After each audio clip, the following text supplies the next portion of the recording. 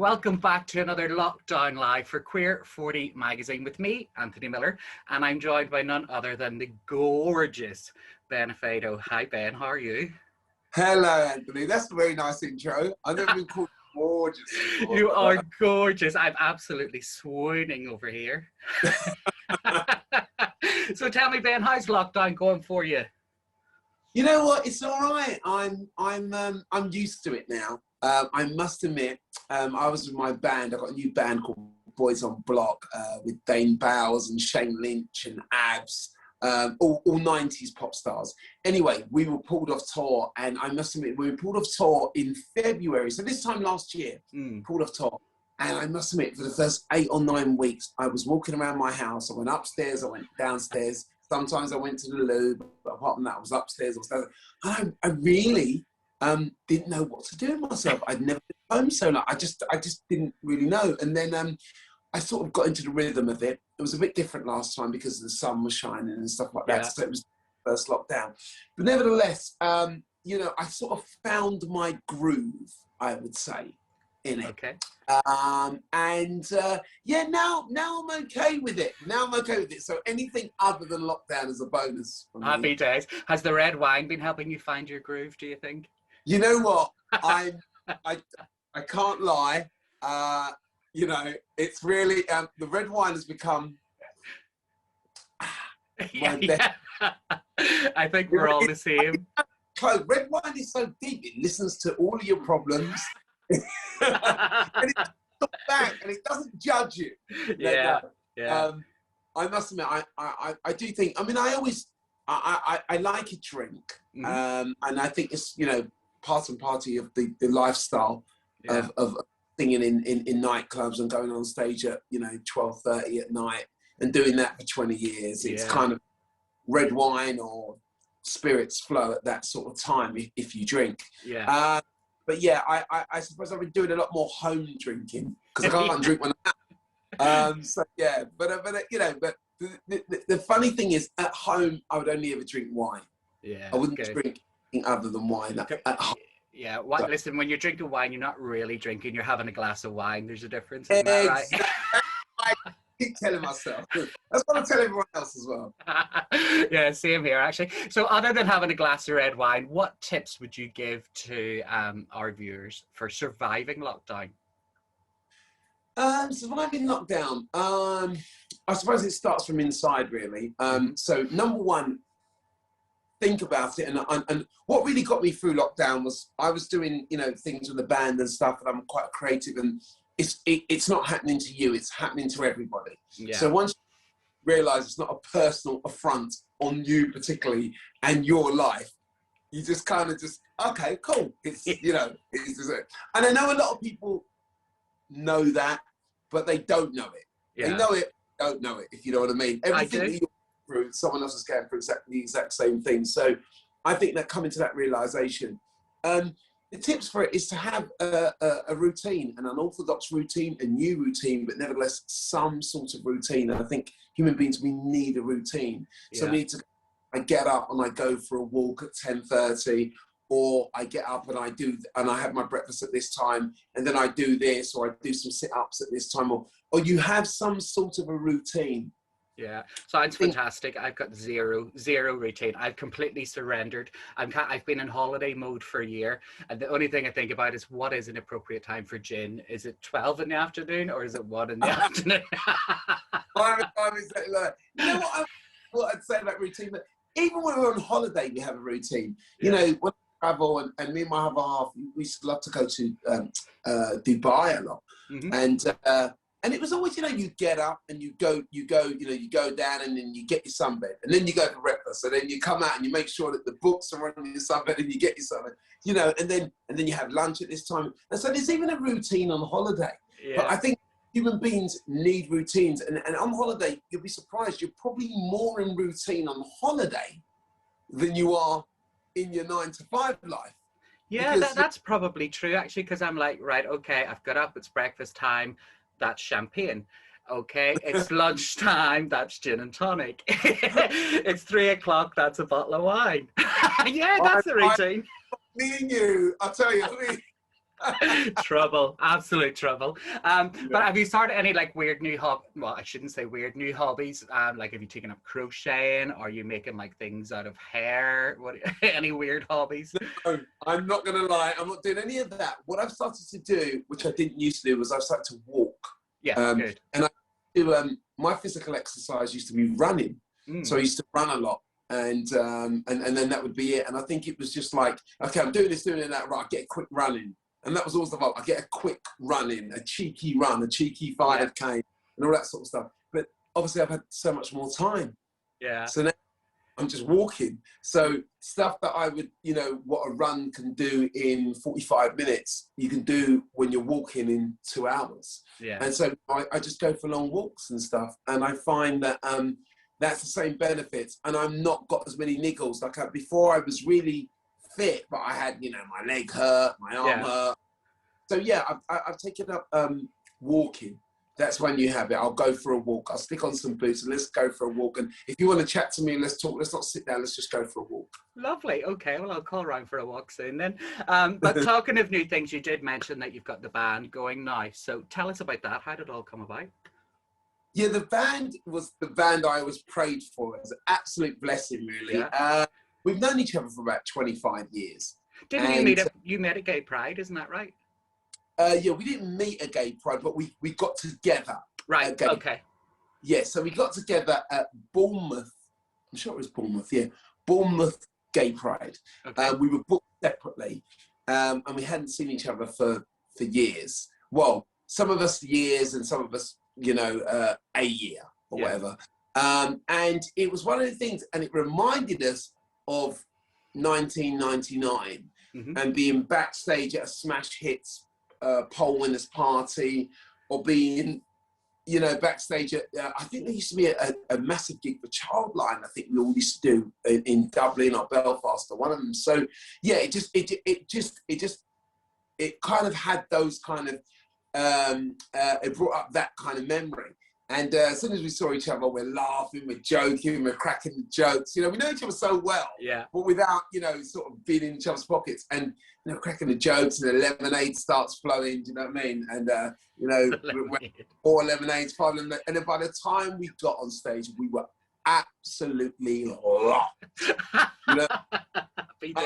I mean, we were just, you know, it was crazy. And then what happened was I was singing and Shane was on the decks. Actually, to tell you the truth, me and Shane Lynch were booked to do a DJ and a MC set. Yeah. Spinning some tunes, I was singing, and I heard another voice, and then I looked around and Dame was singing, and then the crowd was crazy, and I thought, I just thought, all right, go with it, it's not part of the show. And then so I just went with it, and Dame was singing, so we were both singing, the crowd were going absolutely mad. And then, you know, it's got to be, I mean, you know, I'm a bit weird with time because I was so gone. I didn't really know what was happening. Yeah. But all I know is I just remember standing on one side of the stage, crowd going mad, and Abs is on stage dancing around. He picks up the mic and starts singing. And it was fantastic. We had such a good time. And we sort of came off stage, and it was like the next morning, Shane rang me, and, you know, from hotel room to hotel room, and he's going, I had such a great time like last night. And I was like, yeah, what? I got flashbacks. Did Dane on stage? Did this really happen? You know, and then it was just that. And then we, it was something that we really kind of wanted to do. Shane told me to ask Dane and Abs, because he was staying in the hotel and they were down in the foyer. I said to them, I said, yeah, fine. But what really pushed it forward was that 4 days later, the Sun newspaper wrote a story about it. And it said, bad boys on the block. And it said, yeah, they're getting together and we're a band and this and that. And it's only been so, you know, after we sort of laughed at the article and kind of read it, we just thought, hey, this is really a thing and we should do it again. We decided to do it again and we should be called something. And then it said Bad Boys on the Block, and, you know, no one calls us all bad. I mean, that's even we're not that easy, do you know what I mean? Well, not in public anyway, no. You're a very bad boy, you are, Ben. Very bad boy. And so we took out the word bad. And then there's Boys on the Block, and then there's New Kids on the Block. And so we just thought, well, no, we can't really do that. But then Boys on Block, hashtagged as Bob. Yeah. And it just that British humour with Bob. Do you know what I mean? I don't know. It's there's a very English thing to it. Yeah, I love it. I'm going to see Bob. Yeah, it was like that kind of thing, and so we just thought it was funny, and we kind of went with it, and the rest is now becoming history. Yeah, lovely. I saw the video. You shot the video in Northern Ireland, and you visited some of our beautiful hotspots and whatnot. Amazing, absolutely amazing. You know, I'd only been to Northern Ireland before that for shows and TV shows, for gigs and TV shows. So I'd never really seen it. I'd always loved the hospitality, and love the people. And I have a great set of friends there, a whole clique of people, about 10 or 12 people that I kind of roll with, as I would say, you know. And Shane Lynch is in business with a good friend of ours called Travis. Yeah, I know Travis well. Oh, you know Travis? I know him very well, yeah. So yeah, there's the whole Amen Shoes thing. Yeah. We're all good friends and stuff. So, so he said, you know, let's film the video for All My Life. We recorded it. Let's film it in Belfast. But let's really go to Belfast. So I was down to just go to Belfast anyway. But he was like, no, let's go to, you know, the Titanic Museum and stuff like that. Let's go to the Giant's Causeway. Let's go to where they filmed Game of Thrones. Yeah. King Road. You know, where the trees. Yeah, trees. What's it called? I don't think it's called the King's Road. It's called the King's Road in Game of Thrones, but in Belfast it's called something else. The real life thing is called something else. Yeah. But anyway, and it's just like, it's majestic. Yeah, it's amazing. beautiful. And Giant's Causeway was beautiful. And he was like, let's really capture the site of Ireland. And also it doubled up. There's an advert for Amen Shoes, so it kind of doubles up with, you know, men wearing shoes and the beauty of Northern Ireland, and really sort of stamping, you know, the heritage of the shoe. So it's quite cultural as well. And so we went there and we had the most amazing time. I think we were there for like 4 or 5 days. And, you know, when we get there, because of Travis and the whole crew, it's just like a constant fun party. Yeah. You know, restaurant after restaurant. It was amazing. We had the best time I've had on the video. Oh, good. I'm so pleased we looked after you. That's really good. So how did the process of deciding on the song, the single, how did you decide which one to go with? And Right, well, I suppose originally all we've done is just be really natural. Boys and Block is an organic thing. So we got together, there was no plan. It just happened organically, naturally on stage and stuff. And then everything we've done after that has just become very natural. So what made the crowd really excited at Bournemouth Pride was all Shane was doing was playing massive classic records, and because we're singers, we can sing, or we're rappers and we can rap over them. And that was basically it. It wasn't like we had our own material and was doing stuff. So it was like a glorified DJ set with like 3 MCs. So when it came to putting together music that we would record ourselves, we just wanted to make stuff that we could go out on the road and play and be proud to perform. So we're not in the days of, you know, 25 years ago where we're competing with other bands and we're trying to make the hottest record, and we're not that. We're just like middle-aged men having having a wonderful time and really enjoying it, you know, and enjoying being middle-aged men and going out. And it's not really that deep. It's just music, and it's fun, and it's friendly, and it's warm, and it's uplifting. So when we came to recording All My Life, I think it was a suggestion from Shane or Dane. It might have been Dane, because Dane is the R&B cat, and Shane really liked the idea, and it was just records that mean something to us. Yeah, you know, great records that happened in our timeline, in our life, record soundtracks to our lives. So we just thought we'd do that, and it was a massive hit to us. It's a beautiful song.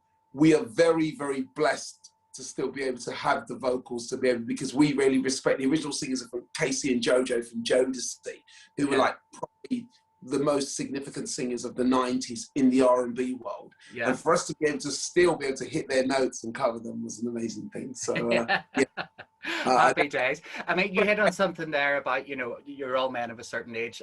Our readers and viewers, the target is over 40s, basically, okay, brilliant. and people forget that we exist, don't they? They forget that actually there's still a life here, But what about industry-wise for you? Not anymore. We got anything to do, not anymore. But what about in the industry, the music industry? I mean, we hear about it being a young industry and all the rest. Have you had any problems with, you're not 20 anymore? No, not really. It's a really, really weird thing. We've been so blessed. We've made a real mark on the industry when we were young. We've all got records that everyone knows that we did. And it's like, and if a young kid goes, who are they? Their mums will tell them who we are. So, you know what I mean? There's no problem. We sold a lot of records. I think we sold, crikey, together, like 76 million records, something mad. Wow. Something really crazy. So we'd made such an impact. So we're not really, really trying to prove anything. There isn't a band like us in the industry, really. So, but again, in this time, we weren't really looking for handouts from major labels and stuff like that. And most of our friends in the music business, they are MDs of the record companies now. They're not A&R men. They own the record, not own the record company, but they are the high up guys, because we all, sort of came up together. A lot of the A&R fans originally. So we can get on the phone and have that conversation, but it's not really needed now. That's the beauty. I think as an older person, you can sit around and go, oh, this technology is all too much. All things were so different back then. And every now and then, things were different back then. But really, you can embrace it and go, wow, really? What, you mean you don't have to wait for this person and that person to decide? Yeah. You mean you just put the record out or put it on a streaming platform and people can go out and buy it and stuff? And so we're just really enjoying that. So no, we haven't had any flack of being old. Good.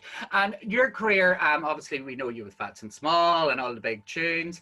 How did that all come about? What was your big break?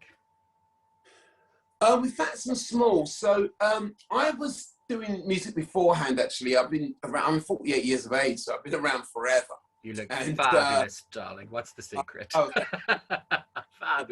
I was thinking about records when I was a kid in late 80s. I got into a boy band called Ben's in the 90s, and that's how I met Shane and stuff. And I'd met one of the guys out of Fats and Small in the 90s, and basically when Ben's split up, we got dropped, and then Five got signed, which is the tedious link, or tenuous link, actually. Five got signed after Ben's got dropped. One of the guys, they were looking for a vocalist. They'd had a sample on a record that they couldn't get cleared, and they wanted to sound alike this sample.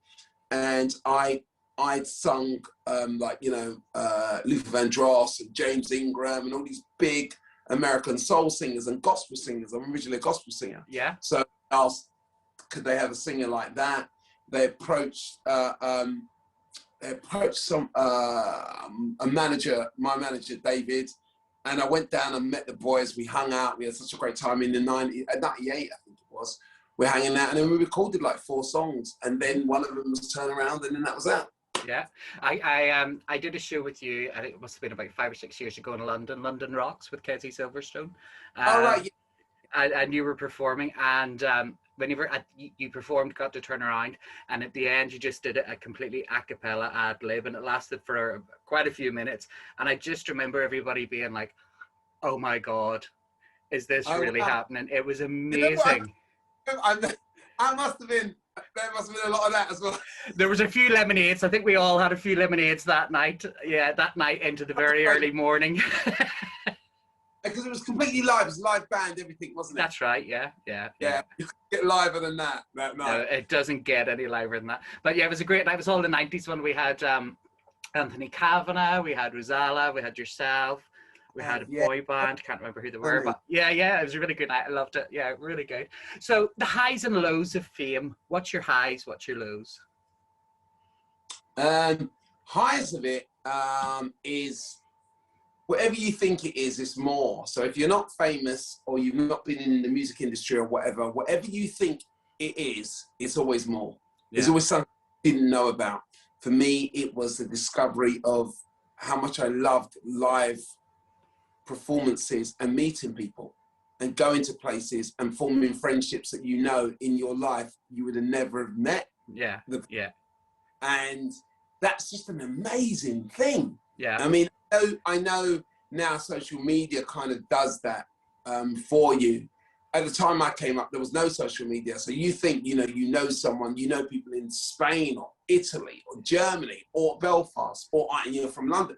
And it's the most amazing thing. And every time you go to that city, you look for those people that you know. Yeah. And then you hang out and then you become friends and you have a friendship in Belfast and in Dublin and all over the world. Yeah. And that's the kind of highs of fame for me, because I didn't know that existed. And the kind of lows are, I don't know. I think the pressure.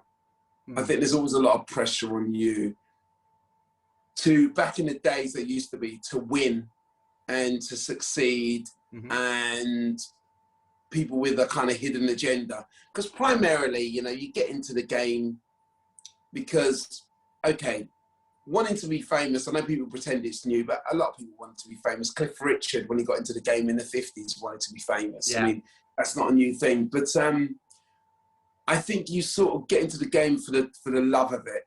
The love of making music, creating, wanting to be famous or whatever. And then there's always people around you that have got different agendas. There's the money people that want to make money out of you, and they'll pressure you and push you and manipulate things. And if you're in a band, they'll divide you. Yeah. And come in and say, you're the talented one, or he's not talented, or whatever. And they'll pit you against each other. Yeah. And that's the dark side of the industry, which is part of human nature, which will never kind of go. But nevertheless, so that's the downside. I mean, and everyone has a different upside and downside to fame, but they're upside and downside. Yeah, I mean, obviously your lovely, gorgeous partner Vanessa, the both of you are in the spotlight, and your relationship comes under the spotlight. Then, obviously, two celebs together. How does that affect the relationship? Is the fact that you're both in the public eye, does that help, or do you think it makes it worse? Or I think, being honest with me and Feltsy, yeah, that's so cute. I think it works. It really, really works because of an understanding. It just does. I mean, some people say, you've got to have someone who's not in the industry, and I mean, opposites attract anyway. Someone who's not in the industry, so you can sort of leave the industry at work and then go home and have a home life with someone who's not into anything like that, and they don't understand. I don't really, I don't think that would work for me. I think because of the way fame and celebrity has changed, it's a very lifestyle thing. So you've got to be kind of switched on 24/7. Yeah. Back in the days when if I'd met Vanessa years before and it was just about, I went to work and recorded songs and went on tour, and then she went to the TV studio, presented the song or presented it on radio, and that was that. That's fine. But now it's become about what you're doing at home. Yeah. Paparazzi outside the door, that whole thing. So it's easier because we talk in a very shorthand way. Yeah. We'll be on any TV show or anything and we can look across the room with a glance. Yeah, yeah. And know what we're a unit. Yeah. So we can know what we're going to do or what we both think or what. Do you know what I mean? Yeah. You have to have that understanding of everything. And I think we really, really clicked when I thought, this is my life partner, over something really silly. I think when we got together in 2006, so we kind of knew each other quite well and we were going out with each other, but we really bonded. We did Supermarket Sweep with Dale Winton. So when you hear that, babe. That was a great friend of Vanessa's. Yeah. And so, they chatted and stuff like that. And and he knew she was in a new relationship or whatever. So he'd probably ask these research people to get in touch, and they got in touch, and she was comfortable doing this TV. And I was like, you fine doing it? She goes, yeah, you know, we're in a relationship, and I'm not hiding anything. I'm totally happy. Are you happy? I said, yeah. I said, all right, let's do it. So we get on there. Anyway, just before the klaxon goes, we hadn't really talked about it. Just before the goes, there's a buzzer and you rush off. Dale went and said a few things, and then he said, okay, do you understand? And we all said, yeah, it was us, and there was a few other people there. And we just looked at each other, and in that moment, it was just like, I want to win. You want to win as well, don't you? We're both so competitive in that way. And then it was like bang, and then that was it. And we didn't end up winning, actually. We sort of came second and was really upset about it.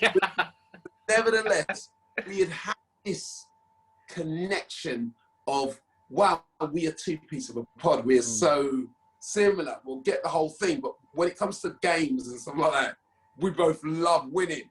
And now we're a team. We'll win. And then subsequently from there, you know, we did really well on Who Wants to Be a Millionaire, and all the game shows we won Pointless twice, and you know, everything that, you know, we get, and the prize money. So that's not only the trophies, we get the prize money, we do the whole thing, and we're just very competitive like that. So we really connect in that. And I just think with me and Vanessa, there's a real shorthand in everything. She doesn't have to do a long sentence for me to get and understand exactly what she's saying. That's really gorgeous. I'm so jealous. I'm going to start leaving roller skates on the stairs for her, and then I'll come and comfort you. I'll be that person, that shoulder for you to cry on. I'm nice like that. But yeah, so you've been together like a really long time. When are you going to marry her? You know what? Come on, give me an exclusive. Well, the last time I said something about marriage, I got in so much trouble. It was just before Christmas, actually. And we'd had a conversation about a week before that. And so I said something, and she went absolutely mad. So I think if we do it now, I think you kind of pretty much under the radar. Yeah. And, you know, I do believe in marriage, and I think she does. But I don't know how much it really kind of matters. You know, we've been together 15 years now. Yeah. And we've seen people come, get married, you know, get engaged, and or fall in love, get engaged, get married, get divorced, get married again, get divorced. You know, at 15 years, you can see a lot of different things. Yeah. A lot of time. And some of it is, if it ain't broke, don't fix it. I think there's a lot of behavior, because the way I look at things is, because I mean, I call her my wifey, but she's not, I don't say wife, but like my wife, I'll behave myself a little bit more, and she does the same thing, and I don't know, but you know, it just seems to work. Whatever we're doing is working. Well, you're just right then. I suppose if it's not broke, don't fix. But we all want the big day out. We want to see you all dickied up and looking gorgeous. Yeah, there's that as well. So I'm sure it will happen, but I think it will just happen on a beach somewhere. I don't know if even now. I mean, boys. For me, I never had a fantasy of a white wedding, and you know, I never thought about it. It's not something that, you know, I think the boys that I know and myself, they can't be asked with all that. They're just like whatever. You know, it's just a piss up in a pub would work. Yeah. And ladies have this white wedding thing, or girls have it. I'm sure boys have it as well, but the only people I know that have it are girls who have this thing for child princesses walking down the aisle. So, you know, it's kind of like that. So I don't really long for like a big day and stuff like that. You know what I mean? Yeah. But yeah, well, I would love you to have one. I'll definitely buy a huge hat for that. Thank you. Yeah, I'll be up front, like stealing the limelight from everybody. There'll be lights, there'll be all sorts of stuff going on. I'll arrive with my own harpist, just, you know, just the standard sort of stuff, you know. So whenever lockdown lifts, then what's the plan? Have you got any plans, or? Yeah, there's a few things. I mean, funnily enough, you know, over the last few days, things are really starting to lighten up. The rollout of the vaccine and everything. And I'm the next on the agenda for the vaccine age group and everything. Yeah, things seem to be looking up. funnily enough, you know, early January, a lot of people I heard were kind of writing off this whole year. Mm-hmm. And I think we're all prepared if the year goes pear-shaped because we've been through it last year. So people are tentative with their preparation, but it's looking, I've just got a really good feeling. I got this feeling inside my soul. You know, that Justin Timberlake. Yeah. And there's something really, I do have a feeling about it. So we have a tour that's booked. I looked at the dates today and had to confirm them.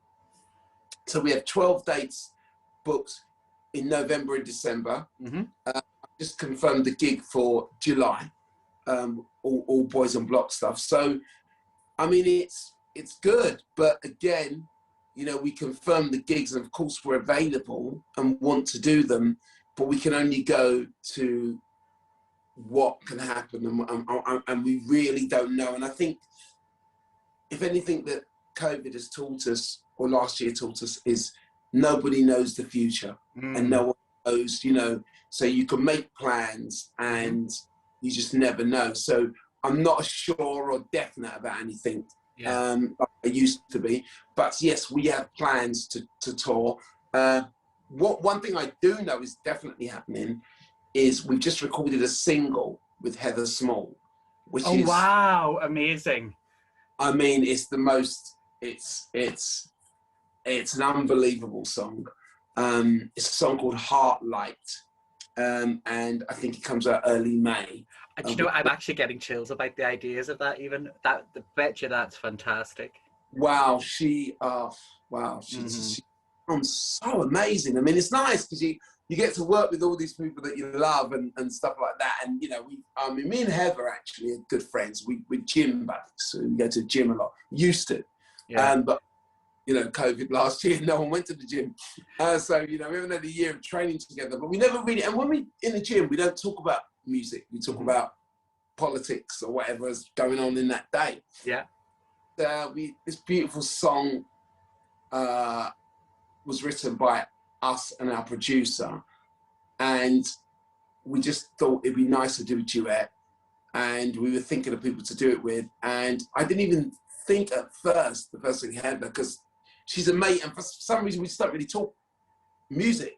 Yeah. And then someone said, "Oh, you know, Heather Small would be," and I said, "Heather, that's my mate," and they're like, "Really?" So, yeah, because she's a gym buddy, so I don't really say, "Oh, you know," and so yeah, and then one thing led to another, and yeah, she sung the song, and she sounds amazing. I mean, just like, you know, you can hear why, you know, Search for the Hero and What Have You Done to Make Yourself Feel Proud, and even the classics like Moving On Up and Further, you know, you can hear why they were such big records. She's just a powerhouse of a vocal. Another level, an absolute another level. Yeah, fantastic. Wow, that's brilliant. Well done. Exciting for that. So you mentioned there about the vaccine, and lots of celebs, and the Queen has even come out and said, you know, come on, catch yourself on, get the vaccine.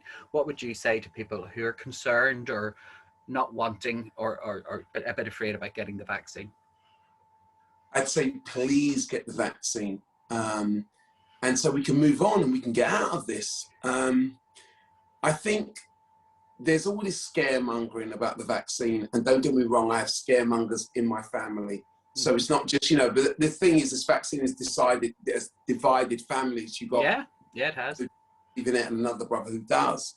So, but the funny thing is, a lot of these kind of scaremongering comes off, you know, YouTube. People who do these videos put a bit scary music behind it, and they go like this and that, and it's so funny. There's so many things. It's like, you know, before COVID, you know, when you went to get brain surgery or you went, something was happening to you, you're not going to listen to a guy or a woman on YouTube or some WhatsApp message that they all get sent around saying, my cousins, sisters, brothers, aunties, friends. Yeah.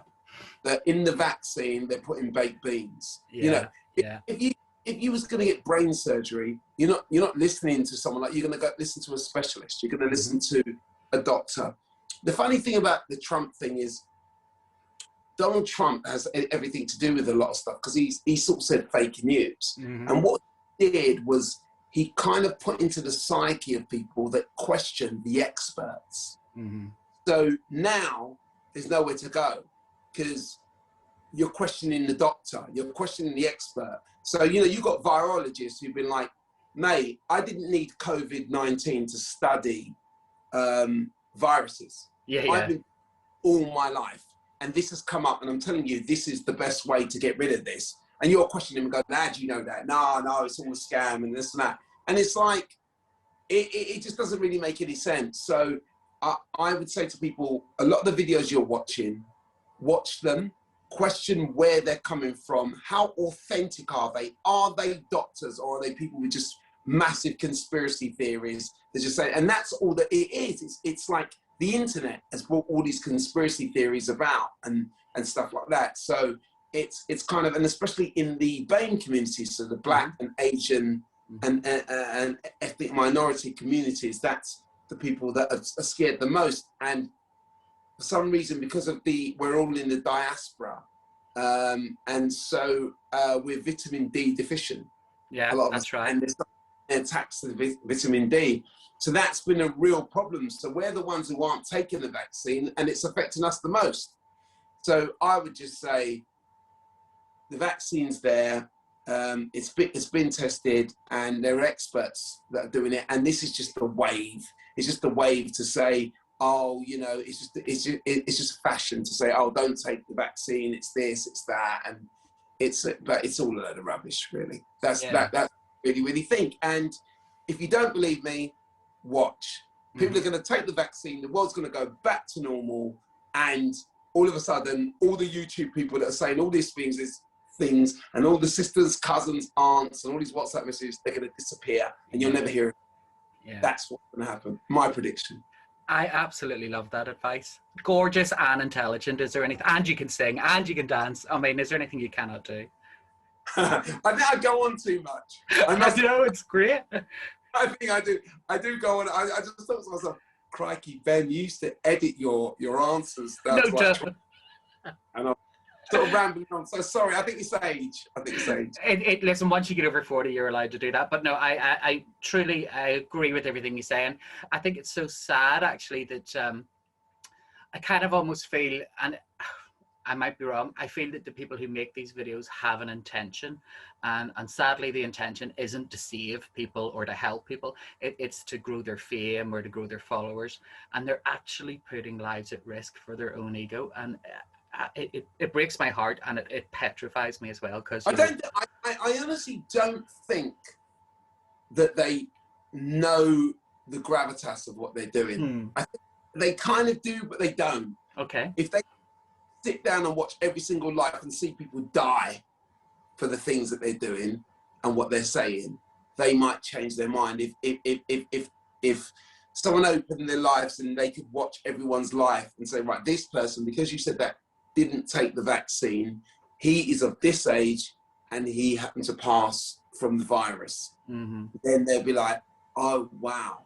But now it's just like, oh look, I'm getting a lot of hits and I'm kind of doing it. And even themselves, you know, the thing is, social media gives everyone a voice. Yeah. Right? So it gives, everyone's got an opinion, and it gives everyone a voice. And the thing is about everyone having a voice, not everyone has studied certain things. I've gotten a voice. I could go on social media tomorrow and tell you that the vaccine is got, you know, like I say, it's got baked beans in it. Yeah. I'm not qualified. I could just say it, put some nice scary music behind it, put some effects, video, shoot some film, and I could do that if I wanted to. Yeah. And that's what you got to realize about social media. But I don't. I sing songs because I can sing, and that's what I do. I don't do the other stuff, and so that's what it is. Yeah, I mean, I'm actually, in addition to my my column with Queer 40, I'm actually training to be a barrister at the minute. I'm hopefully going to be called this year. But my inbox, on a daily basis, my inbox has a list of legal issues from people on Facebook, you know, all looking at answers straight away, by the way, to really complex legal questions that might take 3 weeks worth of research. But you'll give them a bit of an outline and say, well, you need to have a look at this, or, you know, consider that. And then they'll come back, they've done a Google search, they're fine. You know, doesn't matter about the many years of law. I Googled it, it's okay. And you know, and that's the thing. It's really, you know, when you say I've studied it. Well, you haven't studied it. You've just Googled it and you've seen a few things. You haven't studied it. Studied it is day in, day out. Like people study their crafts, Yeah. you know. And I don't know. It's just it's a really, really weird thing. But this is something that we have to deal with. Yeah. And because of the whole fake news thing as well, we have to deal with every expert being questioned at every single time, at every single juncture. And what happens is the people who are saying all of the stuff that's wrong and that will prove to be wrong, they disappear into the ether. No one brings them to questioning, and they're not held accountable. Yeah. So if you're saying something now, they'll never be held to account. So it's not like you'll find them in a year's time and go, you said this or whatever. They'll disappear into obscurity, and you'll never know. And it's not that. But, you know, any doctor that comes out or whatever, you can hold them to account because you know who they are, you know their practitioner, you know, and you can hold them to account. And so we live in a thing, and that's why there are trolls and stuff, because, you know, they're all fake. You know, Twitter icons. They don't even put their face on the icon. They're so embarrassed about what they're doing, and they set this thing up to hide behind the keyboard and say nasty things and this and that. And there's a whole culture of this kind of anonymity, where people are hiding behind something and just saying absolutely anything, total jargon. And that's the culture that we have to going on. We have to realise that it's happening. Talking of trolling, actually, have you had a lot yourself, or? Every now and then I'll get someone say something, and you know the thing is with me is I don't know, you know, every now, it depends what mood I'm in. I've got a little bit of a bite, and you know, it's a little bit of a bite, and every now and then I will just reply and snap, like a bit like a fish that's kind of going, and he's like, and he's like No, I do have a bit of a bite, and every now and then, if someone says something, I will sort of react. Then I might delete it later. We've lost your picture. There you are. Yes, sorry. Then I might delete it later. So I do have a little bit of a bite. So I think it's silly. I think that the best thing about trolling is that it's become very, very uncool. So, you know, it's in the zeitgeist.